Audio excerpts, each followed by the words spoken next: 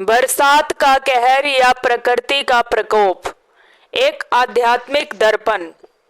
बरसात एक तरफ यह जीवन देती है, खेतों को सींचती है, धरती को हरियाली से भर देती है, लेकिन दूसरी तरफ यही बरसात जब बाढ़ का रूप ले लेती है तो तबाही बन जाती है।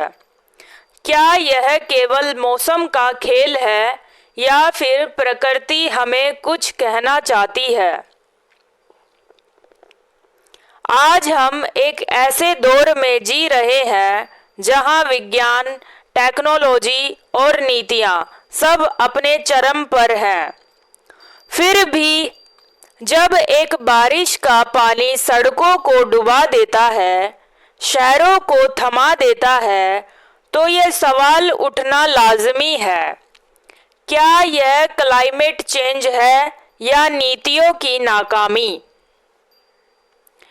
लेकिन यहाँ एक और गहरा सवाल है, क्या यह प्रकृति का कोप है या फिर यह इंसान को उसकी सीमाएं याद दिलाने का एक दिव्य संकेत है?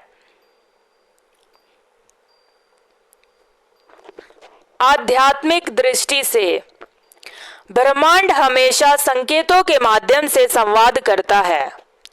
444 और 786 जैसे नंबर जो इस इमेज पर उभर रहे हैं वह केवल संयोग नहीं है। 444 का अर्थ है आप दिव्य सुरक्षा और मार्गदर्शन के घेरे में हैं। प्रकृति आपको चेतावनी देकर भी बचाना चाहती है। 786 का अर्थ है पवित्रता और संरक्षण का देवीय अंक। यह बताता है कि सच्चाई, करुणा और न्याय ही असला कवच है। जब ये दोनों एक साथ आते हैं तो ये संदेश साफ है, तबाही केवल बाहर नहीं है, असली बाढ़ हमारे भीतर लालच, अहंकार, असंतुलन की है। बारिश का प्रतीक।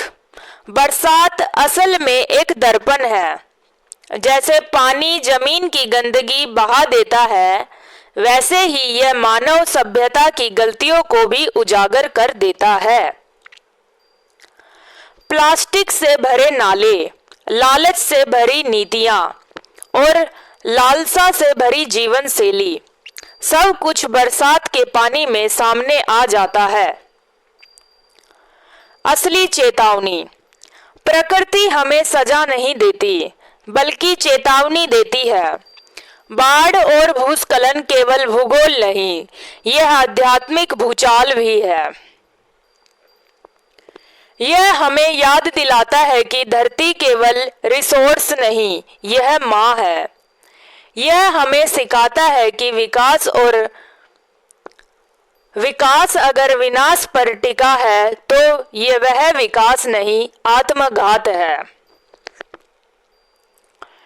और यह हमें झकझोरता है कि अगर हमने समय रहते चेतावनी नहीं सुनी तो आने वाली पीढ़ियां सिर्फ इतिहास की किताबों में नीला आसमान और हरी धरती पढ़ेंगी। एक दर्पण हमारे भीतर।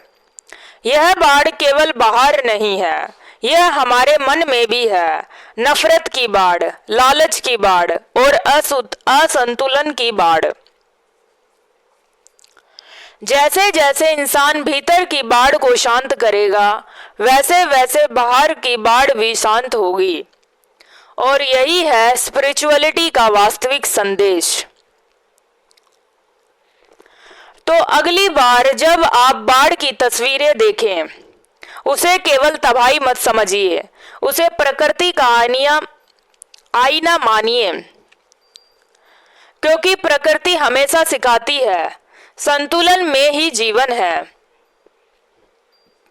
444 और 786 हमें यही याद दिलाते हैं कि दिव्य सुरक्षा तभी सक्रिय होती है जब इंसान सच्चाई और करुणा के रास्ते पर चलता है। वरना यह बाढ़ केवल मिट्टी नहीं बहाएगी, यह हमारी पीढ़ियों की उम्मीदें भी बहा ले जाएगी। यह संदेश केवल पर्यावरणीय नहीं है, बल्कि आध्यात्मिक भी है। प्रकृति बोल रही है, अब हमारी बारी है। क्या हम सुनेंगे या फिर तबाही को ही शिक्षक बनाएंगे?